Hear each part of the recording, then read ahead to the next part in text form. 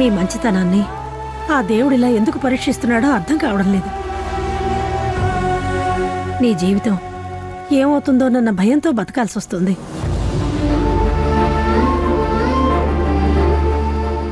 ఎవరు నిన్ను చూసినా నిన్ను అదృష్ట జాతకురాలు అనేవాళ్లే కాని ఇంత దురదృష్టం నిన్ను పట్టి పీడిస్తూ నీకు మాకు కన్నీళ్లే మిగులుస్తుంది.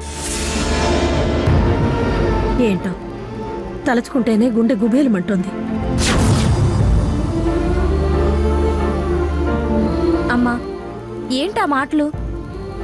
అక్క తను అక్కడ ఒంటరిగా తన బాధ ఎవరికి చెప్పుకోవాలో అర్థం కాక కన్నతల్లితో 4 మాటలు మాట్లాడి కాస్త తేలిక పడదామనిస్తే నువ్వింకా బాధపడతావేంటి?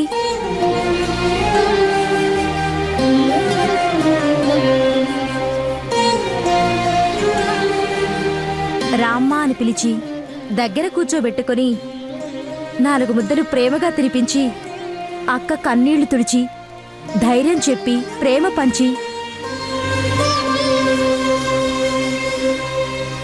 తేలికపరిచి పంపాల్సిన తల్లివి. నువ్వు బాధపడుతూ భయపడుతూ అక్కనింకా బాధ పెడతావి. మళ్ళీ ఇప్పుడు అక్క ఇంకా బాధపడేలా ఎందుకు మాట్లాడుతున్నావమ్మా? ఏంటోనే దీన్ని చూడగానే గుండె తరుక్కుపోయింది. నీకున్నపాటి జ్ఞానం కూడా నాకు లేకుండా పోయింది. అన్నీ మర్చిపోయాను.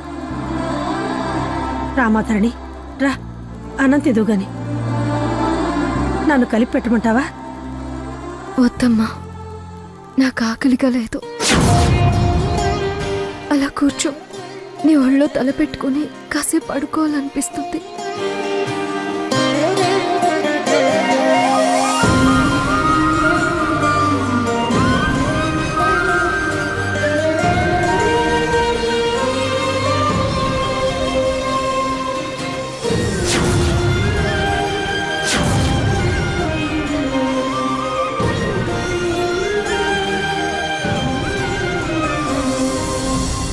అయ్యో ఏంటమ్మా ధరణి, రా అలా మంచం మీద కాసేపు ప్రశాంతంగా పడుకుందు గాని. లేదమ్మా, నీ ఒడిలో పడుకోవాలనిపిస్తుంది. నీ స్పర్శ కావాలనిపిస్తుంది.